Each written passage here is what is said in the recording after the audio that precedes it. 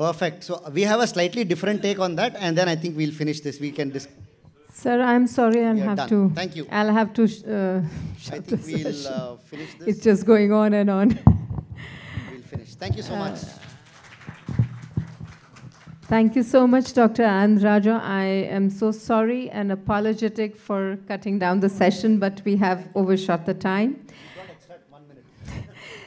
The next discussion is on testicular cancer, and as moderator, I call upon Dr. Rakesh Sharma, who is a consultant uro-oncologist from Basavatarakam Indo-American Cancer Hospital, Hyderabad.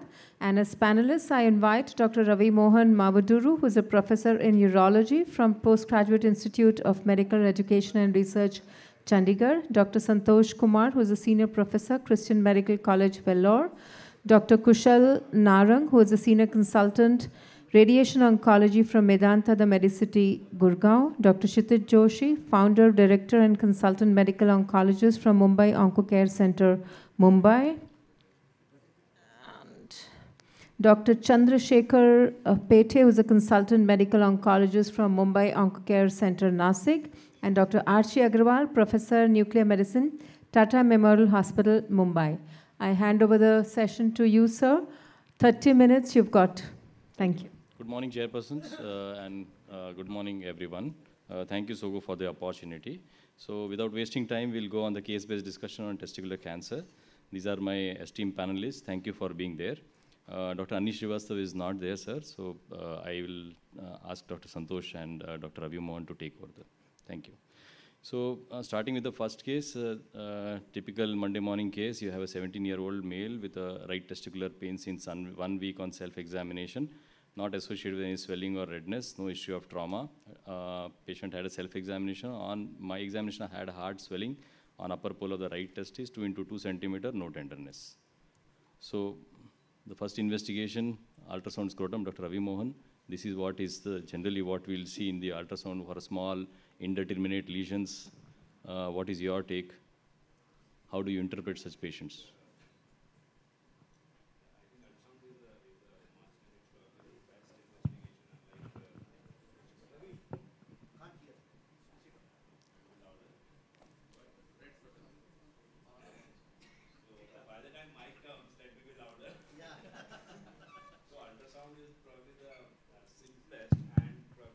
Sensitive investigation we have for testicular masses. So it goes without saying that no other investigation or nowhere probably ultrasound has stood as it is for testicular tumor, and typically you would see a hypoechoic lesion which would be lesser than the normal testicular parenchyma.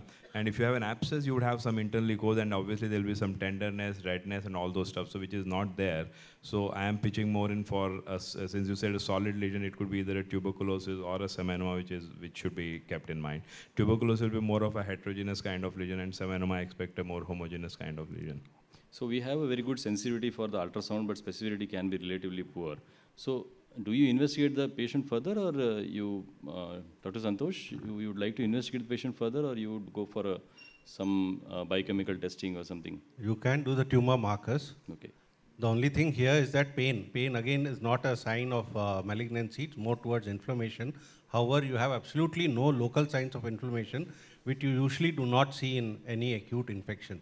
And the history is very short. So you have to, if he comes to the OPD, you will definitely send the tumor markers apart from ultrasound. Okay. So this gentleman already had a MRI done outside, and but would you like to get investigated MRI in case, or you are happy? Most of the time, ultrasound is absolutely enough. If you have an intratesticular tumor, which is vascular, or a lesion which is vascular, usually hypoechoic, that is usually enough. So that is what even the evidence says, that there's not much of addition with the MRI. Only if you're planning for some testicular sparing surgery, you might get benefit with your planning and all those things and find some other small lesions inside. Otherwise, there is not much of advantage of MRI. So this was the MRI done for this gentleman, and we had a 1.3 into 1.2 centimeter lesion close to the mediastinum of the testis, which was T1 heterogeneously isointense and T2 heterogeneously hypointense. And this was a lesion which was identified. So what is your take on this, sir?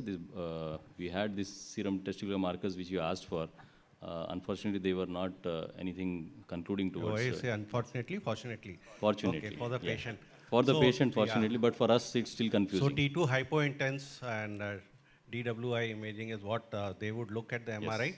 I am not expert on MRI. I will never try to interpret a MRI. You have either paid somebody to do the MRI, let him do his job.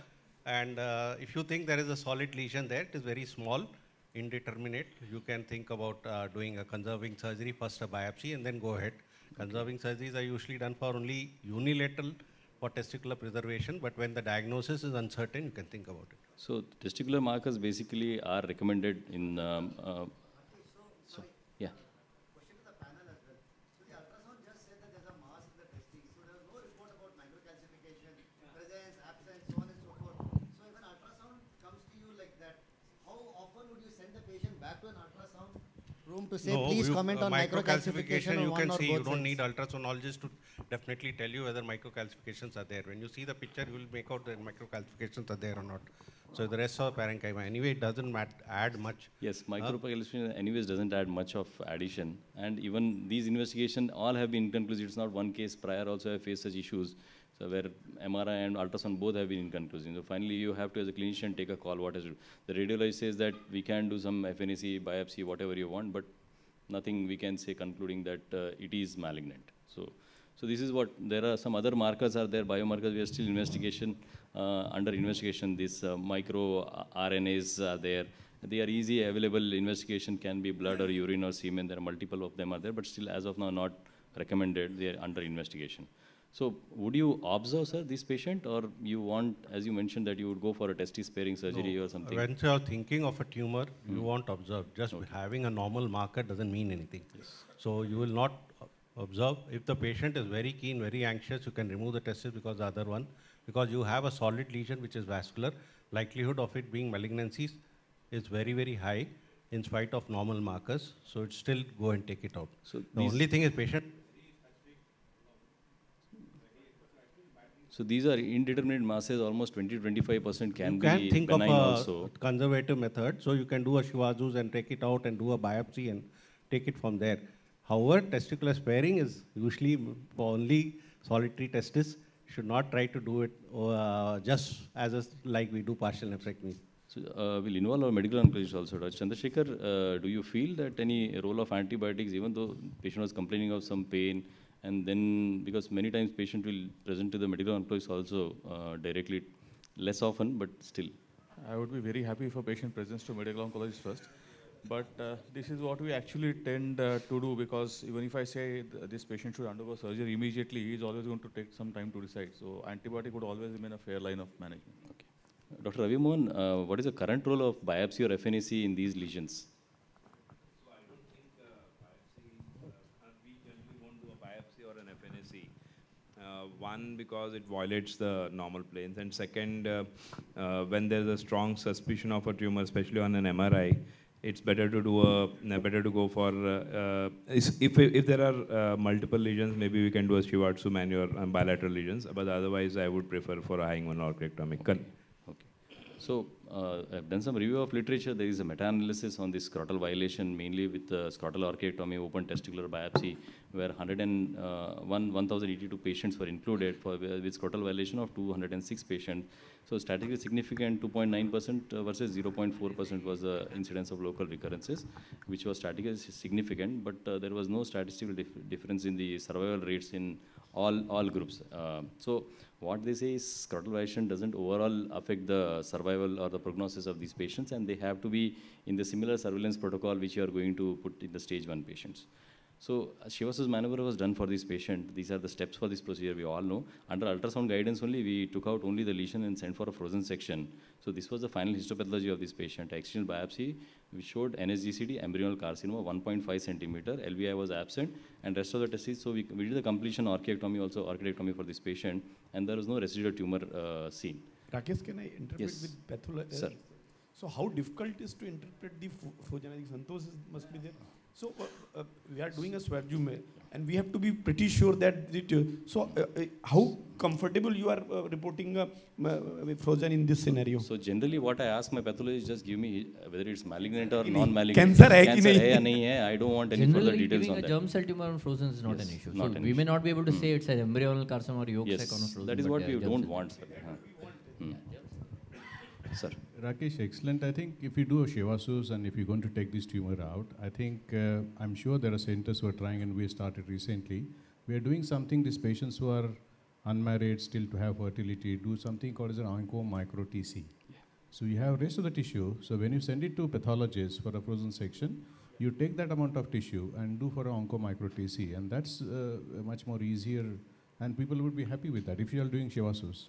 So the only problem is Shivasus was planned here because this mother was very much sensitive, and he is just 17, 18, just getting into degree college.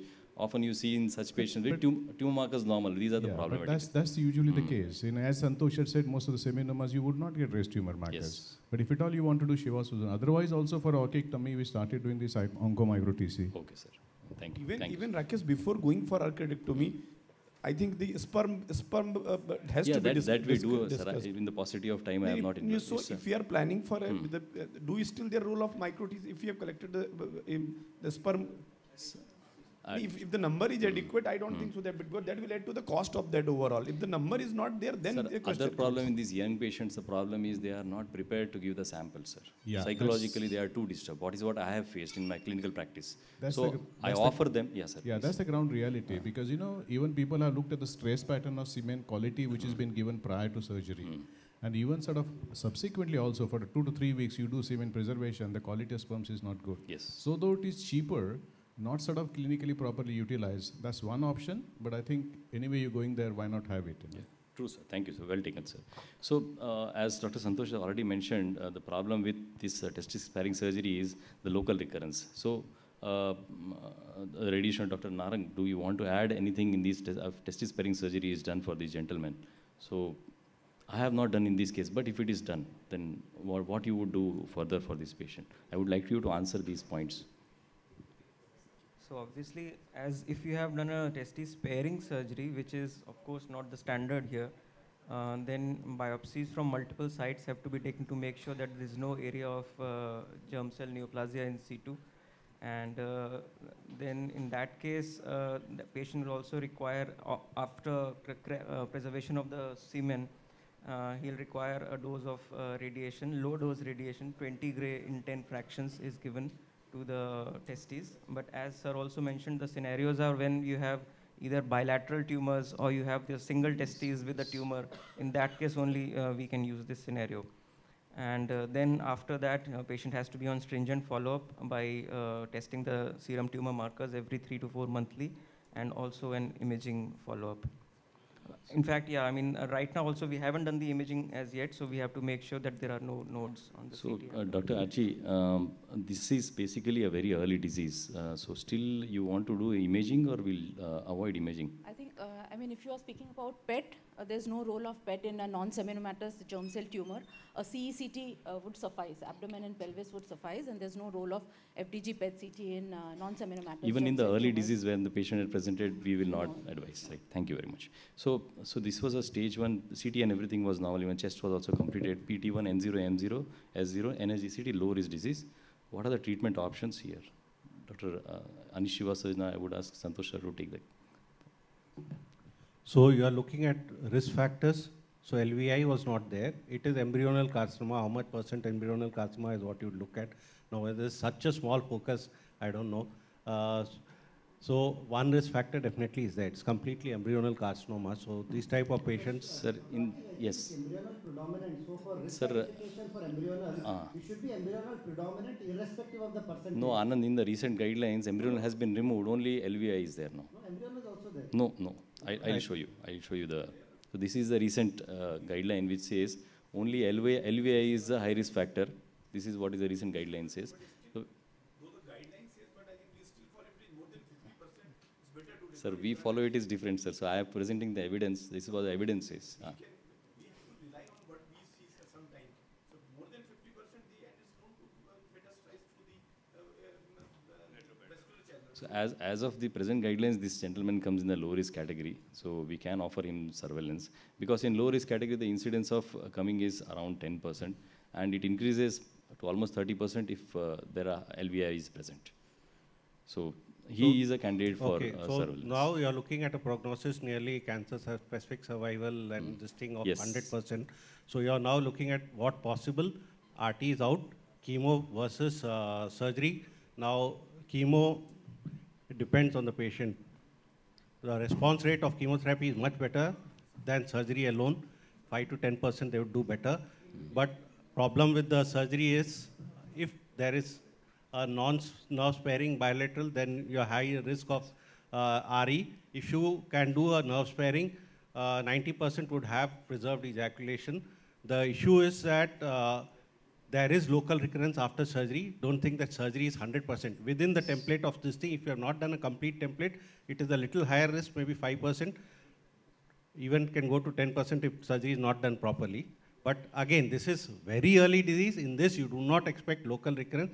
There's a small 5-10% chance that you may have a distant recurrence. And chemotherapy there would be about 5 to 10% better. But if the patient wants to avoid chemotherapy, long-term side effects of chemotherapy, then you can offer him surgery. So we'll ask Dr. Chandrasekhar to answer that point. Rakesh, I just... Yes. Yes. So the risk factors completely change. Embryonal 100% without LVSI. From a pathologist point of view, it is problematic because these tumors are very friable and they go everywhere. They stick around all the tissue. So recognizing LVSI is a big problem and big issue. Okay, so you will keep in the high risk group. Yes. Okay. We have to be careful. If Yes. it's purely embryonal, we would really want to find those LVSI because that's completely changing. Agree, sir. So, Dr. Chandrasekhar, chemotherapy. As Amit Bhai pointed out, these patients actually do not do very well. So I always discuss chemotherapy with these patients. Okay. Many a times I still end up doing one cycle of PB. That is what I. Okay. So 1 to 2 cycles are recommended. I think one is more than sufficient. What Dr. Santosh has already answered about the primary RPND, it can be done in a nerve-sparing way. So in that case, if you have a pathological node positive, the incidence of having recurrences are up to 30%, and if it is negative, then still 10% chance is there. And if the node is positive, then again the patient